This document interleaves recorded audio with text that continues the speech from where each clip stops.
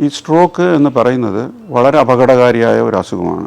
ഈ ലോകത്തിൽ മനുഷ്യർ മരിക്കുന്നതിൻ്റെ രണ്ടാമത്തെ കാരണം സ്ട്രോക്കാണ്. ആദ്യത്തെ കാരണം ഹാർട്ട് അറ്റാക്കാണ്. ഒരു 10 പേർക്ക് സ്ട്രോക്ക് വരികയാണെങ്കിൽ ഒരു 3 പേരും മരിച്ചു പോവുകയാണ്. ആദ്യത്തെ ഒരു മാസത്തിൽ തന്നെ മരിച്ചു പോകും. പിന്നെ ഉള്ള 7 പേരിൽ 4 പേര് മിക്കവാറും കിടപ്പ് രോഗികളായി പോവുകയാണ്. അതായത് പരസഹായമില്ലാതെ ഡെയിലി ആക്ടിവിറ്റീസ് അവർക്ക് ചെയ്യാൻ പറ്റില്ല. അപ്പോൾ ഒന്ന് ആലോചിച്ച് നോക്കിയേ, ഏണിംഗ് മെമ്പറിനായിരിക്കും സ്ട്രോക്ക് വരുന്നത്. ആ ആൾ കിടപ്പിലായി. ഇനി ഈ കിടപ്പിൽ ആളായാലിന് പരസഹായം ആവശ്യമുള്ളതുകൊണ്ട് വേറെ ഒരാൾ കൂടെ ഇരുന്ന് ഈ രോഗിയെ നോക്കണം. അപ്പോൾ അതുകൊണ്ട് അങ്ങനെ ആ രോഗി ആ കുടുംബത്തിനൊരു ബർഡനായി മാറുകയാണ്. കുടുംബത്തിന് മാത്രമല്ല രാജ്യത്തിന് ഒരു ഭാരമായിട്ട് മാറുകയാണ്. ഇനിയുള്ള 3 പേരാണ് വലിയ കുഴപ്പങ്ങളൊന്നും ഇല്ലാതെ രക്ഷപ്പെടുന്നത്. അവർക്ക് കൂടെ അവിടുത്തെ ചോദിച്ചിരുന്നാൽ ഒരു കൈയിനോ കാലിനോ ഒക്കെ ചെറിയൊരു ക്ഷയം ഉണ്ടെന്ന് പറയാം.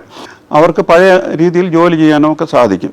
രക്ഷപ്പെട്ടു വരുന്ന ഈ 7 പേര് പിടിക്കാനായിട്ട് 3 ദുർഭൂതങ്ങൾ എന്ന് പറയാം. ദുർഭൂതങ്ങൾ ഇരിക്കുകയാണ്. അതിൽ ആദ്യത്തെ എന്ന് പറയുന്നത് പിന്നെയും സ്ട്രോക്ക് വരാം. ഒരിക്കൽ സ്ട്രോക്ക് വരുന്ന ആളിന് പിന്നെയും സ്ട്രോക്ക് വരാൻ ചാൻസ് ഉണ്ട്, ഹാർട്ട് അറ്റാക്ക് വരാൻ ചാൻസ് ഉണ്ട്. രണ്ടാമത്തെ കോംപ്ലിക്കേഷൻ മറവി രോഗം, അതായത് ഡിമെൻഷ്യ. സ്ട്രോക്ക് വന്നതിന് ശേഷമുള്ള ഡിമെൻഷ്യ, അതായത് വാസ്കുലാർ ഡിമെൻഷ്യ. ഈ വാസ്കുലാർ ഡിമെൻഷ്യ ഇന്ത്യയിൽ വളരെ കൂടുതലാണ്. ഇനി 3ാമത്തെ കോംപ്ലിക്കേഷനാണ് അപസ്മാരം.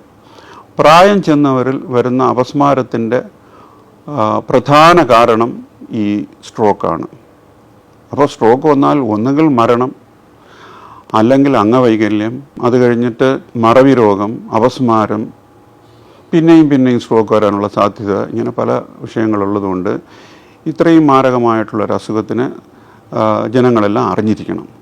ഇനി ഇത്രയും തീവ്രമായ ഈ അസുഖത്തിന് എപ്പോഴെങ്കിലും വരുന്ന ഒരു അസുഖമാണെങ്കിൽ, ഇപ്പോൾ 1,00,000 ഒരാളിനോ 1000 ഒരാളിനോ വന്നിരുന്നാൽ കുഴപ്പമില്ലായിരുന്നു.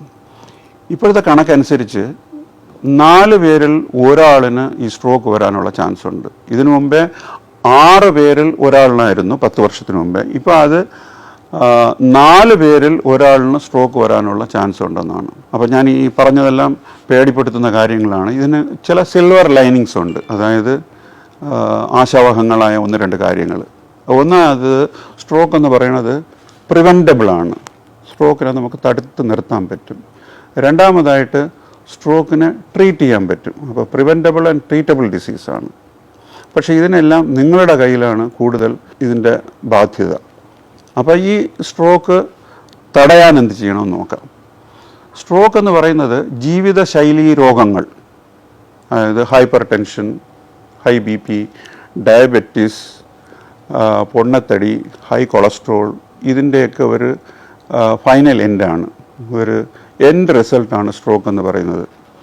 അപ്പം ഈ രോഗങ്ങൾ നേരത്തെ കണ്ടറിഞ്ഞ് അതിന് ഒപ്റ്റിമൽ ട്രീറ്റ്മെൻറ്റ്, കറക്റ്റായിട്ട് ട്രീറ്റ്മെൻറ്റ് എടുത്ത് നല്ല കൺട്രോൾ വച്ചിരിക്കാമെങ്കിൽ ഒരളവ് വരെ സ്ട്രോക്കിനെ പ്രിവെൻറ്റ് ചെയ്യാം. അതിൻ്റെ കൂടെ പുകവലി അവോയ്ഡ് ചെയ്യുക, അമിത മദ്യപാനം അവോയ്ഡ് ചെയ്യുക. പുകവലിയും അമിത മദ്യപാനവും സ്ട്രോക്കിന് കാരണമായേക്കാം. ദിവസവും കുറച്ച് വ്യായാമം ചെയ്യുക. നടത്തുന്നതായിരിക്കും ബെസ്റ്റ്. ഡെയിലി 1/2 മണിക്കൂറെങ്കിലും നടക്കുക, അല്ലെങ്കിൽ ആഴ്ചയിൽ 5 ദിവസമെങ്കിലും നടക്കുക.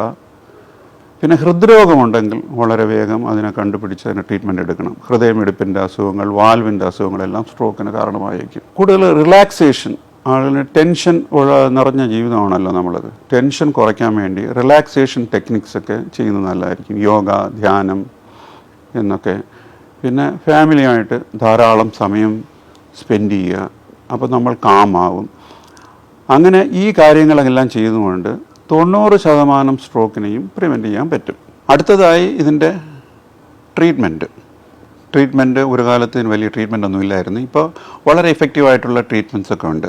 ഈ ട്രീറ്റ്മെൻറ്റിലും സാധാരണ ആൾക്കാരുടെ, അതായത് രോഗിയുടെ ബന്ധുക്കളുടെ, അവരുടെ സുഹൃത്തുക്കളുടെയൊക്കെ റോൾ വളരെ ഇമ്പോർട്ടൻ്റ് ആണ്.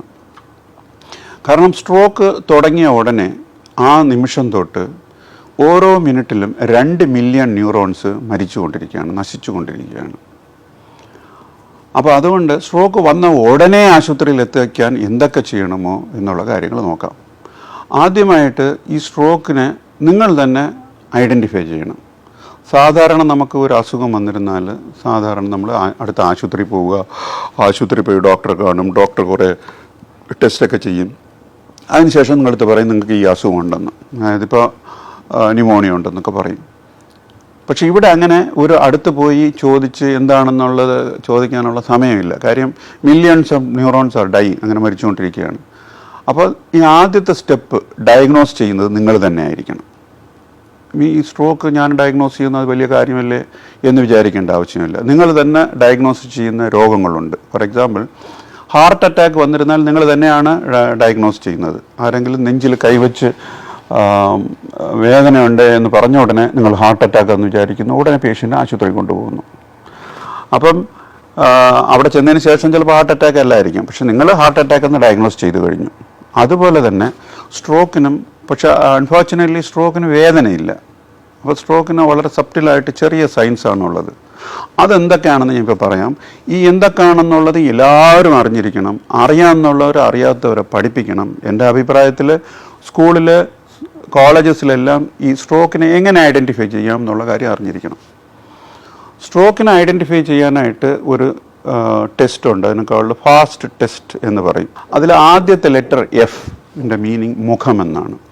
അപ്പോൾ ഒരു പേഷ്യൻറ്റിന്, ഒരാളിന് സ്ട്രോക്ക് വന്നിട്ടുണ്ടെന്ന് തോന്നുകയാണെങ്കിൽ അയാളുടെ മുഖത്ത് നോക്കിയിരുന്നാൽ മുഖത്തിലൊരു കോണൽ കാണാം, ഒരു വശം കോണിപ്പോകുന്നത് കാണാം. അല്ലെങ്കിൽ അങ്ങനെയുള്ള സംശയമുള്ള ആളടുത്ത് ഒന്ന് ചിരിക്കാനോ പല്ല് കാണിക്കാനോ പറയുക, അപ്പോൾ ഒരു വശം മാത്രം അങ്ങനെ കോണിപ്പോകുന്നത് കാണാം.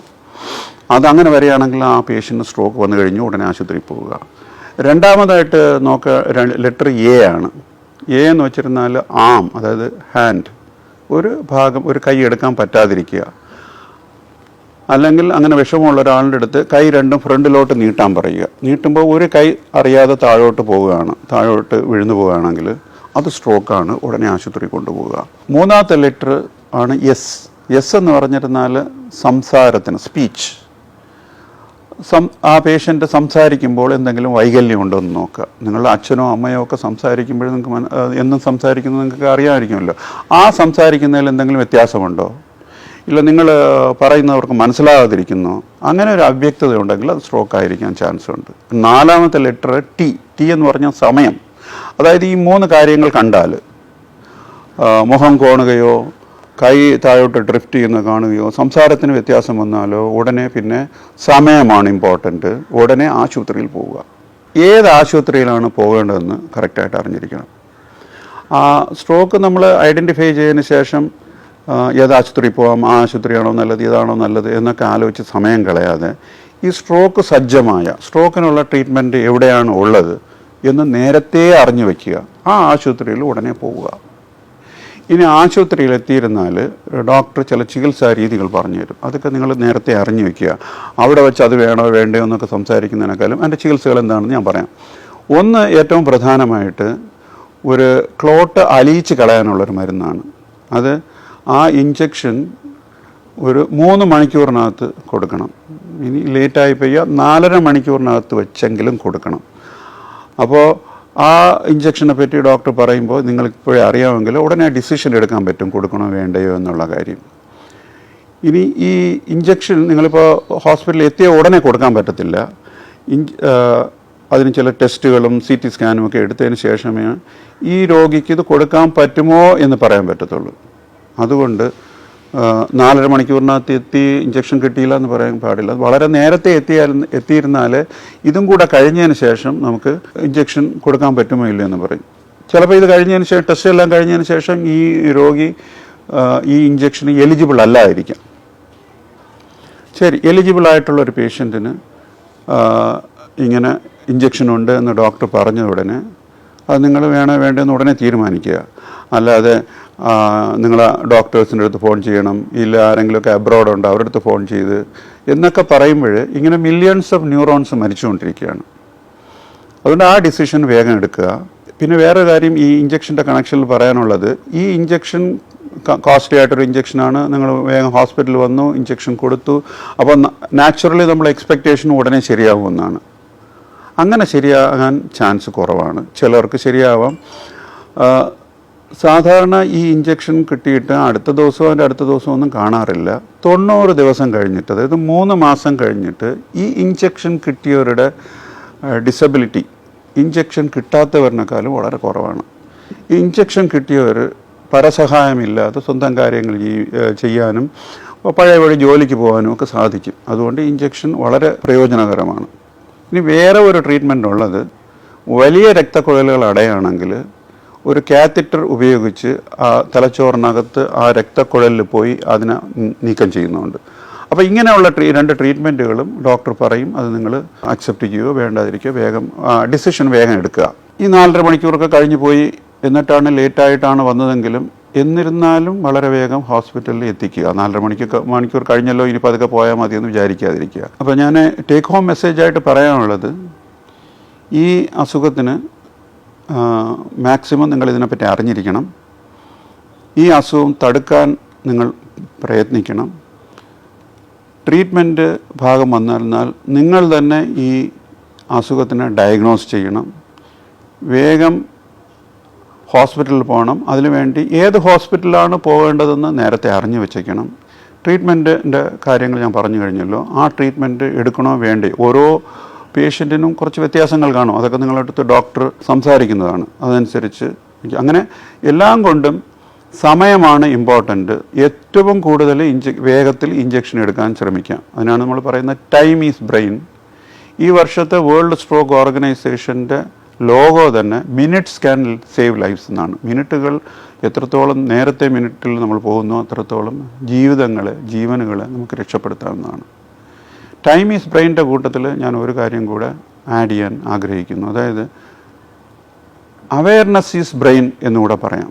ഈ കാര്യങ്ങളൊക്കെ പറ്റി നിങ്ങൾക്ക് ഒരു അവബോധം ഉണ്ടെങ്കിലേ ഈ ബ്രെയിനെ രക്ഷപ്പെടുത്താൻ പറ്റും. സ്ട്രോക്കിനെ പറ്റി ചെറിയൊരു വിവരമാണ് ഞാൻ തന്നിട്ടുള്ളത്. അത്യാവശ്യമായിട്ട് ജനങ്ങൾ അറിയേണ്ട കാര്യങ്ങൾ. ഇതിൽ കൂടുതൽ എന്തെങ്കിലും അറിയണമെന്നുണ്ടെങ്കിലോ വീട് സംശയങ്ങളുണ്ടെങ്കിലോ താഴെ കമൻറ്റ് ചെയ്യാവുന്നതാണ്. നിങ്ങൾക്ക് മറുപടി തരുന്നതാണ്. Thank you.